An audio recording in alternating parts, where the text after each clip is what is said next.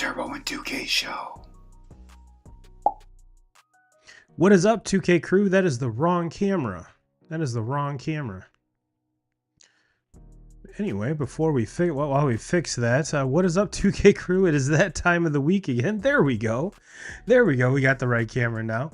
Welcome, ladies and gentlemen. Yes, as you can see, 2Ks is not in the building this week. He is on call for work. So hopefully that goes very, very smoothly for him. But yeah, you're kind of stuck with me, which is A-okay, because I got one hell of a show ready for you guys and gals. We're going to talk baseball. We're going to talk NHL versus NBA.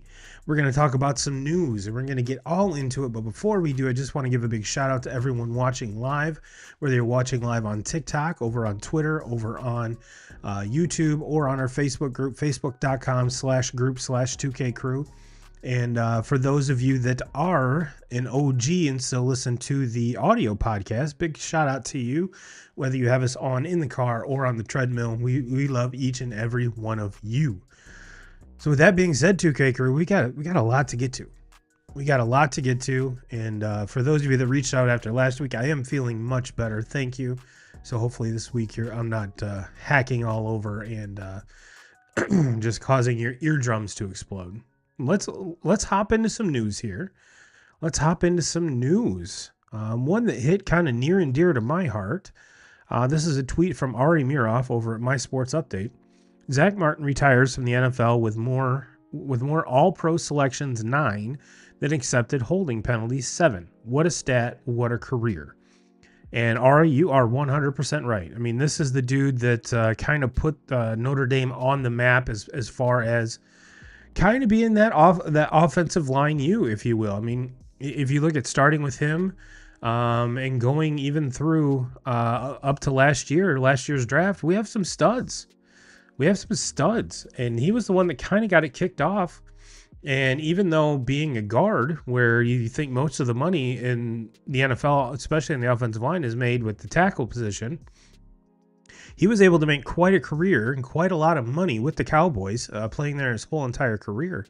But what a career, Zach Martin! Way to kind of show up and show out, and way to represent Notre Dame. Love it. And another one that kind of hit kind of home here. Bob Nightingale tweets out at B Nightingale on Twitter. Mike Trout says he will now move to right field. And this one, I mean, it's one of those things where you kind of had a feeling it was coming before too long. I mean, he's been a center fielder his whole entire career, so to actually move to right field is kind of a big deal. It's one of those things, as in the progression of especially an outfielder's career, if you do start out in center field, the more miles get on the tires, the more they become, corner outfielders. But here's my thought, 2K Crew, and tell me if I'm completely off base or completely wrong here. If you really want to protect him, if you really want to get the most out of Mike Trout, the highest probability of keeping him on the field, which is why they're moving him to right field to begin with, is to extend the season, get Mike Trout for as many games possible this upcoming season and for the remainder of his career. Wouldn't it make sense just to throw him at first base? I mean, this is an Angels team that's terrible, so yes, it would be learning a new position after coming off rehab and everything else that he's had going on, after the injury last year. But if you truly want to make him as, if you want to wrap him in as much bubble wrap as possible, it seems like the most kind of the easiest thing to do would be, hey, let's throw you at first base. It kind of seems like that would be the easiest, like I said, the thing coming closest to, excuse me, wrapping him up in bubble wrap. I mean, that just kind of seems that's what I would do. But I get the normal progression from center to right. He still is an amazing athlete when he is healthy. He's still an amazing hitter when he's healthy. But that's the thing. You got to stay healthy. You got to stay on the field. And, unless he is able to stay on the field for the next few years, or the vast majority of the games for the next few years, his once thought of, unanimous, walking in first ballot Hall of Fame status is going to be much criticized. I for one think if he retired today, should stroll in first ballot Hall of Famer, no doubt in my mind. The decade that he put up is well it is way more than any, especially recent memory. The only one I could really think of that would even compare to is Albert Pujols, but Trout was a more athletic player than Pujols. So yes, Pujols had fought his fair share of injuries and had a way longer career, but in my eyes, if Trout retires today, he should be first ballot Hall of Famer regardless. I know he's not going to be unanimous. Some jerk off didn't even vote for Ichiro this year. Excuse me. So if Ichiro isn't getting in unanimously, there's not a chance in hell that Mike Trout is getting in unanimously. But we shall see where it goes. I mean, I honestly think if you're talking about a healthy or a successful 2025 season from Mr. Mike Trout, we need at least 125 games. I think that would be, a very good number to start, because they're probably going to be, rationing his starts, giving him extra days off. So, excuse me. So for him to, kind of rehab and keep him fresh. Excuse me, I said I wasn't going to cough. So yeah, it's a bummer. It's a bummer because, it'd be like moving Ken Griffey Jr. from center. And we saw later in his career, he pretty much was a DH. So I think Trout is trending that way. So hopefully, like I said, baseball's better when Mike Trout is healthy. Period. Let's get to some other ones here. Let's talk about some happy stuff, because I do have some more kind of melancholy stuff. But if you're a Tigers fan, Jed at Tigers JUK, bearded Glaber is hitting 30 bombs. And I will admit that Glaber looks way different rocking this beard in Detroit. And to kind of piggyback off of that, we've seen that the Yankees kind of pull back on this no beard, no long hair rule, saying that if beards are well kept, you're able to do that. So, and quite shortly after that, Derek Jeter tweeted out a photo of him photoshopped with a beard. So I have a feeling if old DJ would have put up a stink about this earlier in his career, I have a feeling the Yankees would have been like, okay, well-kept beards are fine, because we honestly want to keep our guy Derek Jeter. And I'm not sure what actually caused this, or what brought it to the attention, or what actually put it over the hill, but it happened. And the Yankee, that's been one of the big things, is I guarantee that I'm pretty sure there hasn't been like a top-notch, top-tier free agent that they just could not sign because of this stupid no facial hair rule. But maybe, some role players, I guarantee that they were like, no, this is me. This is how I portray myself. This is how I feel comfortable. So they really don't have an excuse now. They don't. However, I will say that in the whole beard community, they do have a lot of catching up to do. A lot. Now, I'm not saying that all the Yankees are going to come out like Brendan Marsh, where the big long scraggly beard and the long hair that always is wet, which I really don't understand, but to each their own. But yeah, this is, there was a small circle of Yankee fans saying that, yep, we can't get so-and-so because of our facial hair rule. Well, now it's gone. Now it's gone. So let's see where they end up and how they, I would really like to see who's going to police this as far as well kept. I mean, it has to be somebody.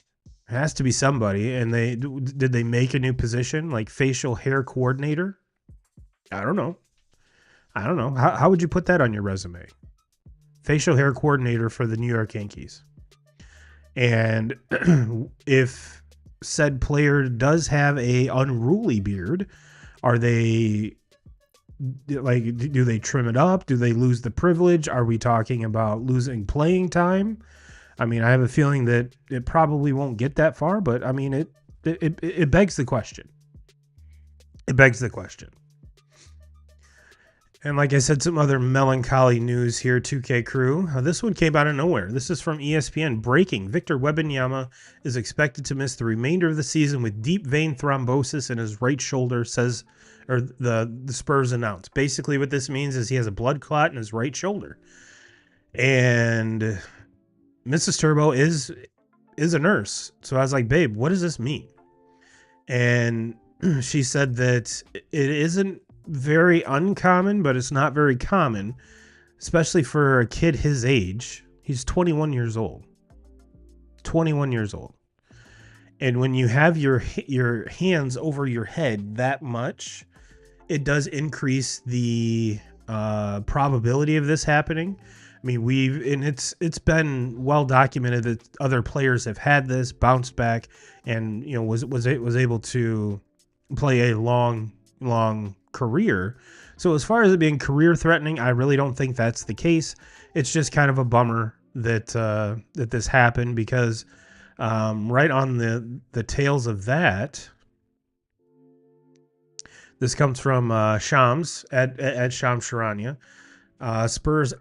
San Antonio Spurs Hall of Fame coach Greg Popovich is not expected to return this season, and his future is uncertain as he recovers from a mild stroke suffered in November, league sources tell ESPN. And Shams, we got to get a better picture of Pop, dude. You cannot let him go out like that. That is just ridiculous. Shams, you're better than that. I need a better photo, especially when it comes to something like this. And so now you have Victor out for the rest of the season, and you have Pop out for the rest of the season. And quite frankly, probably this is it for him. And I know when the Spurs got that #1 overall pick, we were like, okay, Popovich is the best when it comes to coaching big men. Tim Duncan, David Robinson. This is just the next line of that type of superstar, but different. We haven't seen an athlete like Wemby so far. As tall as he is, can shoot the ball, moves like someone that's, a foot and a half shorter than him. It's honestly, it's like not even fair. So it's a shame for Spurs fans. But like I said, when it comes to Wemby, I don't really expect it to be, career threatening. And it does stink too, because they were active at the trade deadline to kind of help build around him. So we shall see where next season lands him, because I honestly think that he'll be back and he'll be as good as ever. But yeah, the twofer is the part that sucks. The part that sucks. Let's see here. What is this? All right, and this could be positive or negative news.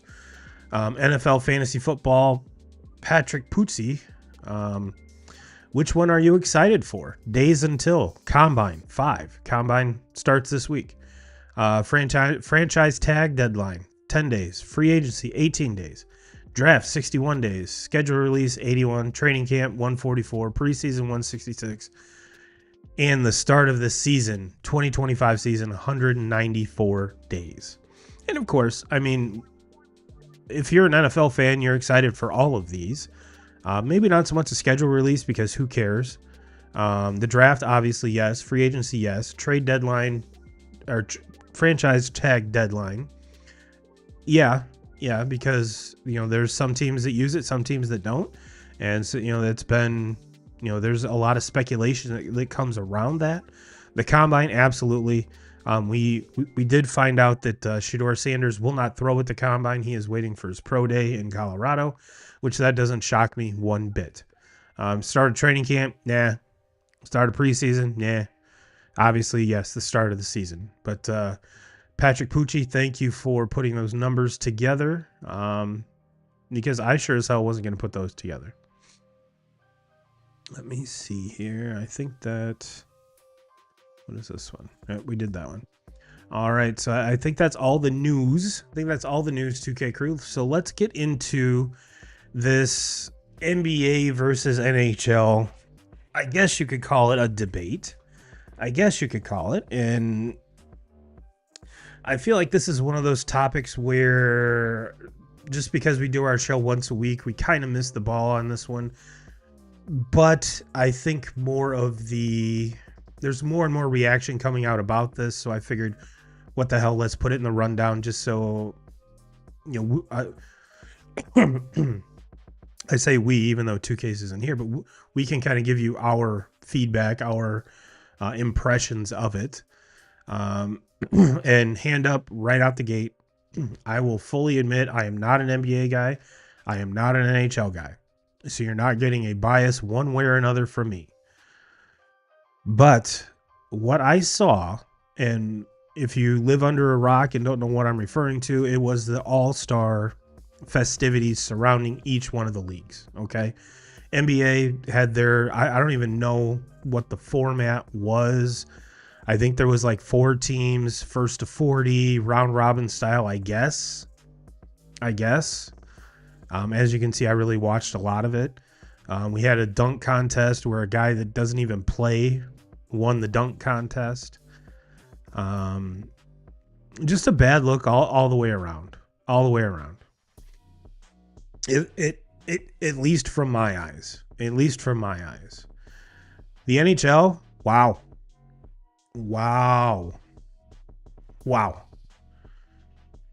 And this is from Brandon Walker. He says, at BFW on Twitter, out of thin air, the NHL created the most compelling sporting event in years. Every league should value its fans like that. And what he's referring to is this Four Nations Cup, or I believe it was the Four Nations Cup, and saw banger after banger after banger. And these were real games. These were real games, in games plural, that these guys played over the All-Star break in the NHL. And I say games plural because we can't even get the NBA to play a real game. No one play, well, let's be honest, very few guys play defense in the NBA as it is.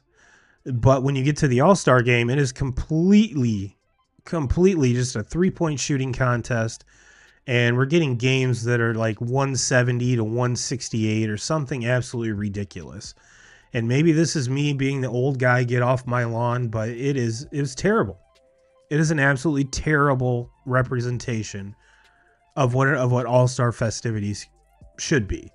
Kevin Durant even came out and tweeted, said, hey, I honestly think that it'd be better off not having a game and just letting everyone have the days off.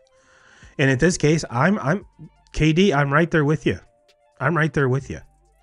Because first of all, it was bad on both sides, the NHL and the NBA. It maybe hand up because I'm not plugged into either league. I had no idea it was even the All-Star weekend or All-Star time for either one of these leagues. And like our guy said with the NHL, none of us really knew what the hell this was. Even hockey fans that I've talked to said that they were aware of it, but really didn't know what was going to happen. And boy, oh boy, we talked a little bit about it last week. Canada versus United States, 3 fights in the first 9 seconds after the Canadians booed the national anthem. Now, granted, Canada got they ended up coming out on top in the championship game, which was Thursday. And man, what a great game. What a great game.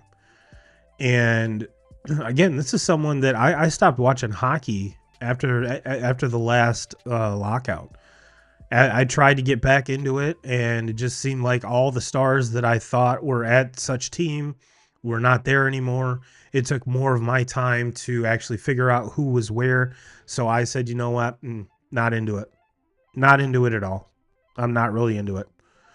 And from that, I never really had the passion or anything kind of spur any sort of fandom on. You could kind of correlate that with the Red Wings being shitty the last 15 years, but which it looks like they're back, which is awesome. But my main question to you 2K crew is, if you had never watched an NBA game or an NHL game, and I sat you down and watched the festivities of each All-Star break, which one would you be more excited to watch moving forward? And I think all of us would say the NHL. Now, I completely understand that they play, 81 games, 82 games, whatever it is. You're not going to get banger after banger like you did in the Four Nations. I get that. It's regular season hockey. Excuse me. And that's why a lot of people say that NHL hockey is the best playoffs. And if I do happen to dabble in NHL, it is during playoff time. Now, if you're saying, well, Turbo, I got 2 tickets to the Red Wings game. You want to go with me? Yes. Absolutely. Watching hockey in person is way different than watching it on TV. And even going to like a K-Wings game in Kalamazoo, love it. Love every bit of it. I am kind of bummed that Dollar Dog and Dollar Beer and Dollar Dog Night, not a thing anymore. But still, it was actually cool to go watch. And it was a league that was high enough where they could still fight. And we saw plenty of fights in this. I don't remember, I'd be lying if I said I was, vividly watching any other NHL All-Star games prior to this, because I wasn't. Pretty sure there weren't any fights in there. And if they were, they weren't like the ones we saw with the US and in Canada last week. That was awesome. And on top of that, it led to good hockey. You saw players take pride in what they were doing. There was a sense of, we want to win this for each other, even though each one of them were an all-star team. It's not like they had weeks and weeks and weeks to prepare for this. So when you're trying to tell me that the NBA guys, they didn't have time either. I get it.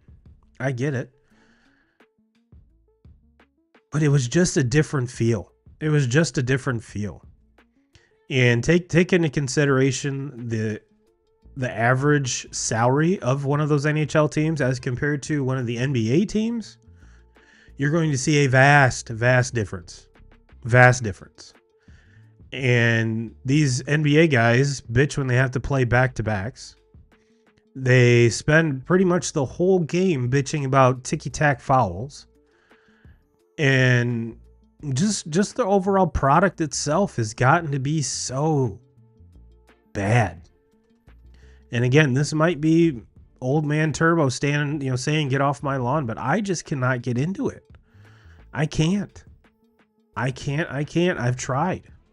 I think the last time I actually watched any significant NBA was Tim Duncan. Tim Duncan was my guy. And up until then, I grew up a huge Bulls fan, huge Michael Jordan fan. That was this guy. But it's gotten to the point now that even watching a guy is boring. It's almost as if we're seeing more 3-point shots than 2-point shots.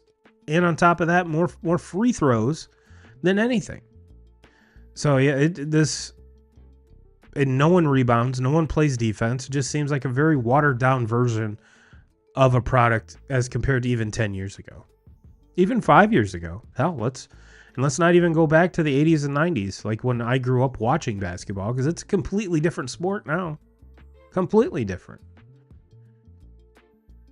But what do I know? Who knows? But yes, the NHL hit a absolute home run with this Four Nations thing. And I don't know if this is going to be an annual thing. I don't know which I hope. I know multiple games takes it out of these guys that play.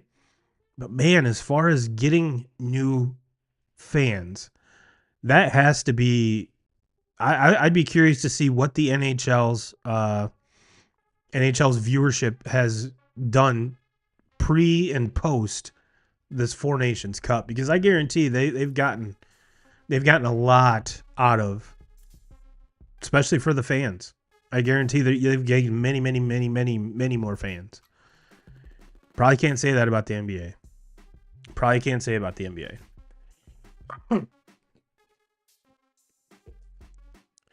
And you notice I didn't even bring in the NFL and Major League Baseball. Major League Baseball, they still play a game.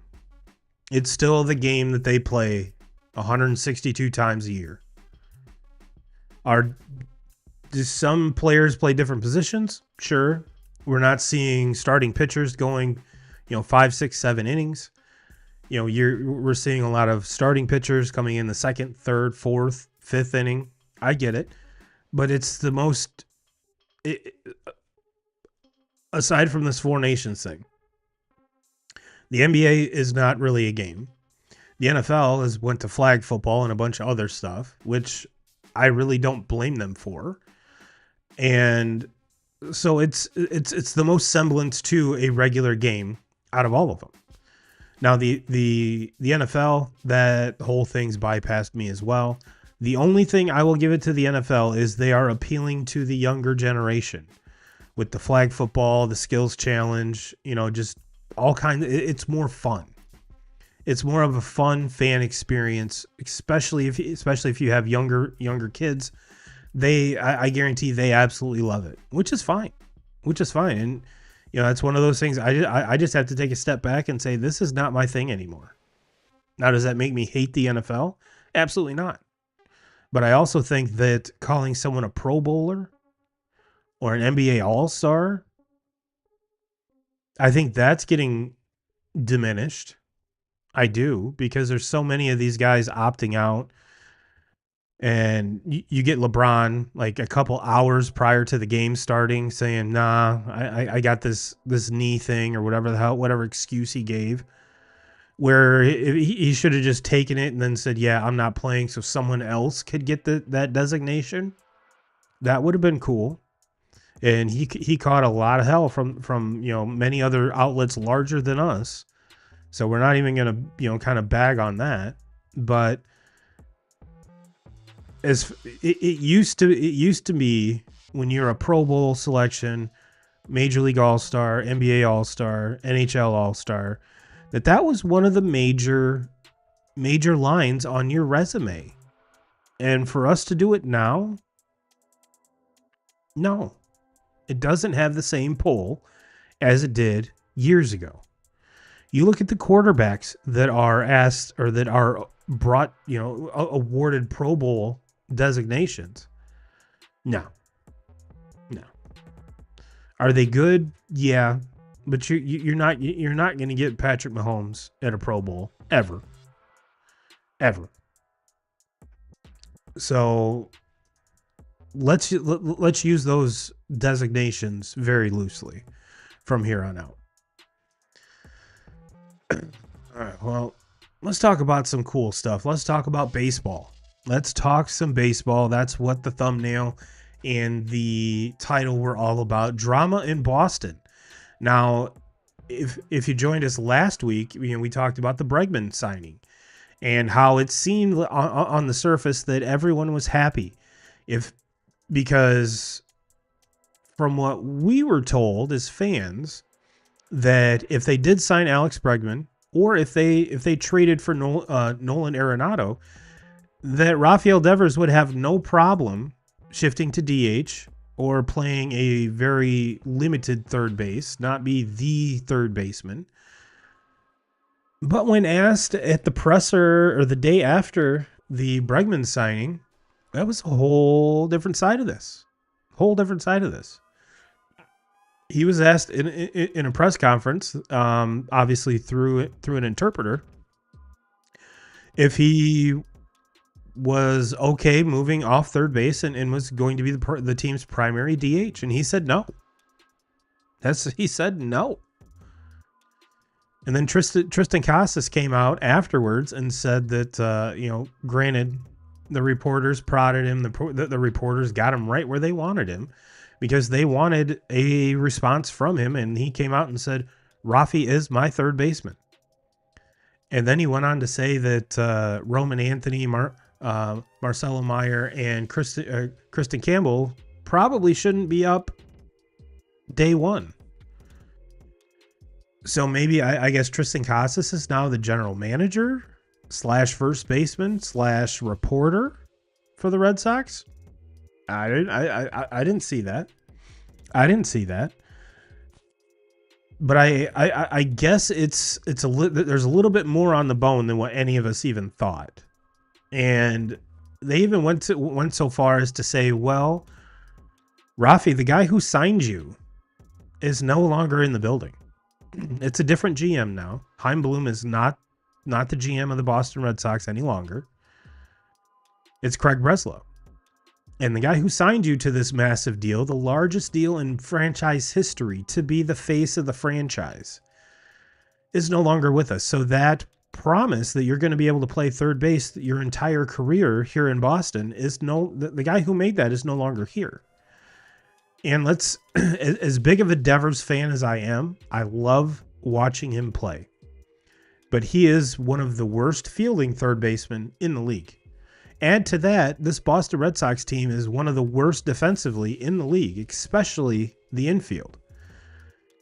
So when you sign a guy like Alex Bregman for $40 million a year, who was a Gold Glove third baseman last year, one would think that, okay, when we signed him, we said that he was gonna play second, and I think all of us kind of knew in the back of our head he might start the season at second, but he's not going to be playing there very long. So how serious was this whole second base thing? Well, I think it's come to fruition that Bregman's going to be playing a lot more third base than what Mr. Devers had envisioned. Now, with that being said, my question is, if Bregman signs with the Tigers or the Cubs, which were the other two teams aside from the Red Sox and the Astros, to show any sort of interest in Bregman, at least serious interest, if he would have signed with any of those three other teams, immediately the Boston Red Sox were going to trade for Arenado. Arenado is only a third baseman. Never played second base before. And the whole thing with Bregman playing second base is he played it a little bit in college. So he does have some background, but hasn't played it recently. So it's not like he has, the whole time he's been with Houston, he's been a third baseman. Arenado's never played second base. So if this signing would have fallen through and the Red Sox pulled the trigger and brought Arenado in, what would Devers think then? Because obviously, now granted, since he is the face of the franchise, you probably should have had a conversation with him prior to either the signing or the trade happening. I get that. But I honestly think at the end of the day, now, the one problem with the Red Sox, well, there's multiple problems, but the biggest problem is where are they going to put all of these guys? And if you remember any team that's ever had like an abundance of outfielders, at the beginning of the year, they're like, all right, well, let's see how such and such coach shuffles this lineup so that all of these outfielders get time. Well, usually the injury bug kind of helps said coach out, and their hand is forced into playing this player over this player because player A is hurt. And man, is that a good insurance policy to have. The Red Sox have an abundance of not only infielders but outfielders. And the pitching with, we saw Garrett Crochet go today, which I didn't realize until today how big that dude actually is. Wow. My God, that dude is a giant. And what they're lacking is with pitching. And even though there's that rotation hasn't been set, they're talking about going to a 6-man rotation, which I think ultimately, with with starters only going 4 and 5 innings these days, you're going to have to do that because otherwise you're just going to tax the hell out of your bullpen on a day in and day out basis. So that move is coming. That move is coming. I'm almost guaranteeing that. But this would be a squad where it would be beneficial. However, you have to take into consideration that if you use one of those the pitching roster spots for a sixth starter, you're taking away from the bullpen. And that's where things get tricky with the Red Sox, is their bullpen. They don't have, I mean, yes, they did sign Aroldis Chapman, which I'm not super stoked about. And they signed Liam Hendricks last year. He's healthy this year, but do you just give him the keys to the closer role right out the gate? I don't know. Time's going to tell how healthy he is, how good his stuff looks. So that's yet to be seen. But ultimately, yes, there is drama in Boston. And I do have one last tweet here. This is from our boy Tyler Milliken. It says, Craig Breslow on Rafael Devers' reaction to moving off of third base. This is a quote from Craig Breslow. These things tend to have a way of working themselves out. This is not the first situation where a player's been outspoken about something that they take a lot of pride in. And that's okay. Like I said, they tend to work themselves out. Highlighted Alex Cora's ability to get everyone moving in the same direction. And yes, Breslow, I think, was able to do a lot of this because Alex Cora is the manager of the Boston Red Sox. He is a very player-friendly manager. And I think because he is kind of one of the boys, he does have that level of trust, that level of respect from these guys. So is it going to be a huge letdown? Are we going to be talking about the Red Sox trading Rafael Devers? I don't think so. Because at the end of the day, Devers signed a long-term contract. Alex Bregman, even though he's come out and said he would like to stay, hopefully, in Boston for the remainder of his career, has only signed a 3-year deal with an opt-out after this year and an opt-out after next year. So essentially, this could be just a 1-year deal. And would you trade away the face of your franchise to kind of facilitate a guy that you're only guaranteeing him 1 year, but with the likelihood of being 3? I don't know. That's not, that's definitely above my pay grade. I wouldn't do it. But my main thing here with the Red Sox is I don't understand why there was such a push to get Bregman to begin with. I understand that one of the major goals of this team was to get a right-handed power hitting bat. And Alex Bregman is that dude. He is that dude. He has some of the best numbers in the history of Fenway under his belt, which I completely understand. He hit a home run today in his second at bat of spring training. So I have a feeling that's the first of many that we're going to see from him.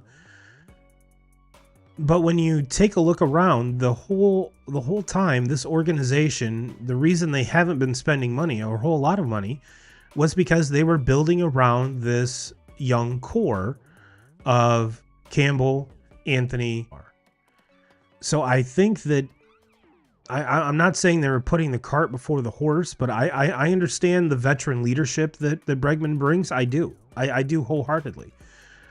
But to see a need that would upset the apple cart this much, if it happens.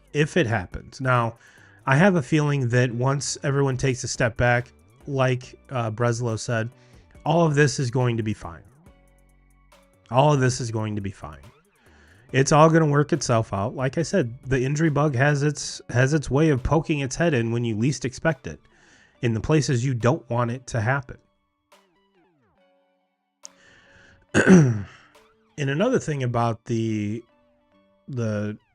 Cassis comments, I wonder how much of that reaction came from the fact that they've been trying to trade this dude all off season.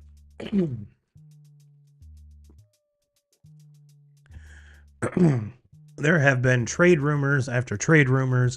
He was essentially being sent to Seattle. He was being sent to, a number of different places. And maybe he was just fed up. And he was like, you know what? Fuck this. Fuck this. I got my guys back while I'm here. And there's this whole kind of looming thing that I don't know how many folks pay attention to it outside of Red Sox Nation. Is it's not a foregone conclusion by any means, but a lot of Red Sox press is they're already penciling in Vlad Jr. for next year at first base. And just because he had a self-imposed contract extension deadline with the Blue Jays come and go. The Blue Jays made an offer. Vlad countered. They did not come back. Vlad actually said, all right, I'll take a little less. Here's my other option. And they said no. Now, mind you, this is a Blue Jays team that could not give their money away. We kind of talked about this last week. They tried to get Ohtani. Nope. Even though they were going to give the same amount of money as the Dodgers. They were one of the last teams in on Soto. Granted, I think we all knew he was going to the Mets regardless. But they were aggressive. They were trying to get players to put in place to kind of keep Vladdy there, to keep his interest there. Now, this is the last year with both Vladdy and Bichette. So I'm not sure where that's going. If it's after this year, middle of the year, if they turn out to be terrible and they're sellers, probably both those guys are gone. And I was one of the guys too that looking at Vladdy, especially at the beginning of last year, how his, he was very, very good coming out the gate, hitting wise. Kind of a defensive liability at first, even though he has won a Gold Glove, which was kind of BS to begin with. But how good has this guy really been? I do have a tweet here, so hold on. This is from Hembo over at ESPN. And these are most 100 plus mile an hour batted balls. And I'm not saying by any means this makes a guy a good player. I'm just saying if you look at who he's being compared to and how much money they've made, let's take a peek. Last year, Vlad Jr. was first with 215, followed by Ohtani with 210. 23 to 24, Vlad had 396 to Soto's 377. 22 to 24. I believe that's supposed to be 20. Oh, no, yep. 22 to 24. Vlad has 607 to Ohtani's 526. 21 to 24. Vlad has 818 to Judge's 707. And from 2020 to 2024, Vladdy has 886 to Judge's 729. Hembo says it's a $500 million bat. So obviously the Jays weren't even close to that 500 mark. Because if they were, you would have seen Vlad just sign the extension and get it over with. And from what I've been hearing, they were at like the 350-ish mark. Which is a far, far leap from 500. Now, I'm not saying I agree with Hembo that he's a $500 million bat. But I could definitely see 450. With his age, now I get the whole first baseman, power hitting first baseman is kind of like that market really isn't there. It's not the same as it was. We saw Pete Alonso kind of go back to the Mets and even said to the Mets brass, like, hey, I want to be here. Here's what I'll play for. And they said no to that. Now, I definitely think that Vlad is a better hitter than Alonso. Alonso probably is a better home run derby player, which we've seen. But as far as a foregone conclusion that Vladdy's going to be a Boston Red Sox either at the middle of this year or in free agency next year, I'm not so sure is just as big of a lock as what everyone is saying. Now, maybe I'm completely wrong. Maybe because we did see the Red Sox pony up quite a bit of money to get into the Soto sweepstakes, which was kind of refreshing to see that, yes, they would actually pay $700 million for a player. And I'm not saying that, Vlad's anywhere near there, but they were willing to do it. Now, is Vladdy a generational player? No. He's a very good player.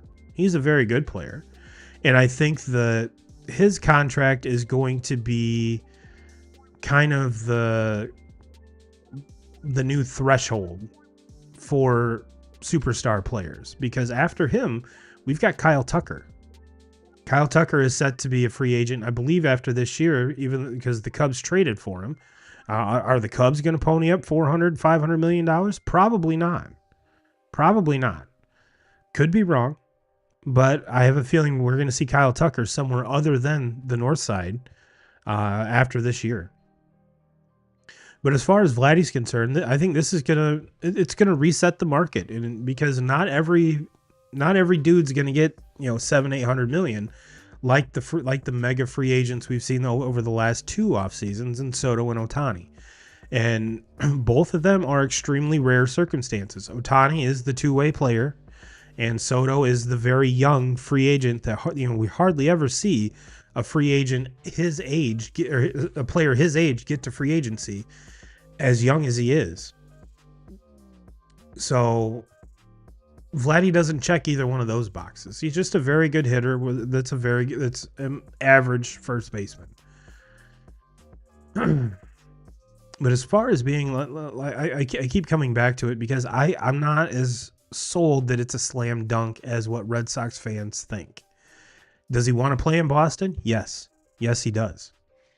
And if that writing is on the wall, and it is a foregone conclusion that he is going to be a Boston Red Sox either this year or next year, if you're Tristan Casas, you're sitting there going, what the fuck, man? Okay, yes, you were going to trade me all off season. I made it through all of that. I'm looking more fit and better than I've had my whole career, and now you're just going to... Okay, I get it. And like I said, we might be putting the cart before the horse wholeheartedly, because I'm still not sold that the Red Sox are this, they're definitely not the Red Sox of old. Let's put it that way. They're not going to go sign, they haven't, let's put it this way, signed the big free agent. Bregman is a big free agent, but it's only a 3-year deal. The last kind of multi-year deal that they gave was Devers. And, well, Devers or Story, I can't remember which one was first. But this regime, the Craig Breslow regime, has not done that long-term free agent deal. So I'm kind of curious to see where this goes. Because you're definitely, if you're going to trade for Vladdy mid-season, I have a feeling Casas is going to be a part of that. And would you give up him for a 1-year rental? Highly doubt it. There would have to be an extension talk going on. And to kind of put a bow on a lot of things, would you do that prior to extending Garrett Crochet? I honestly think they cannot leave spring training without extending Garrett Crochet. You just can't do it. It's bad business. You traded for this very hot commodity, and he's shown so far that he's holding up his end of the bargain. Now we need to get, because he's not going to be, right now he's going to be as cheap as he's going to be. If you wait mid-season when he's hitting all cylinders and he's just a lockdown number 1, price tag goes up. Price tag goes up a bunch. So get him signed prior to breaking camp. And not only do you lock him up, but you kind of set an expectation for all these younger guys that are under arbitration and that are going to be looking to be extended. It sets a very good precedent. sets an excellent precedent, and that's kind of what this regime needs to do to kind of get that monkey off the back of being the cheap-ass organization that no free agents want to go to, because they're not going to sign you to more than a 1 or 2 year deal. And that's kind of what they've been doing the last couple years. I know we've been waiting for the big three to come up and get to the point where they're major league ready. Well, we're here now. We're here now. The time is now. The time is now. So Boston, let's get off our ass. John Henry, open that checkbook. This needs to happen. And like I said, the easiest thing to do right now is to extend Garrett Crochet. That needs to happen. And I think that would kind of probably go a long way with this whole team chemistry bullshit that they're going through right now. You set that, you set the priority, you set the expectation, and I think you'll see the dividends for it. I honestly do. I honestly do. The vibes are, even though the media is drumming up this shit, if you look at the guys in spring training, being around, each other, vibes are high. Vibes are high. Now let's pay our dude that we sent these prospects over for, Kyle Teal being one of them. Let's just kill this whole, because right now that is the monkey on the back right now. Let's just kick that sumbitch off and let's get out of spring training and get ready for the season, because this is our guy, this is our ace, this is our number one, and let's let the whole league know. Let's let the whole league know that the last couple years it was our quote unquote rebuilding time. Well, that rebuilding time is done because the time is now. All three of the big three will be in the lineup at some point in the 2025 season.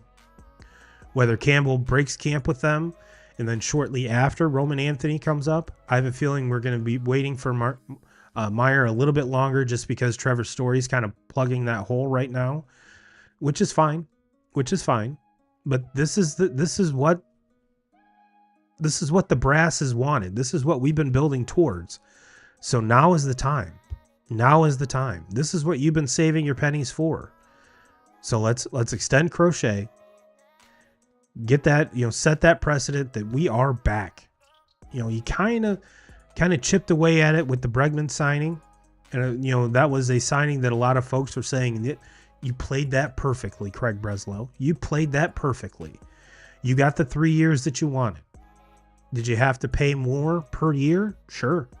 But you got the 3 years, because 6 years is absolutely ridiculous if you want these guys to come up when they're ready. And they're ready.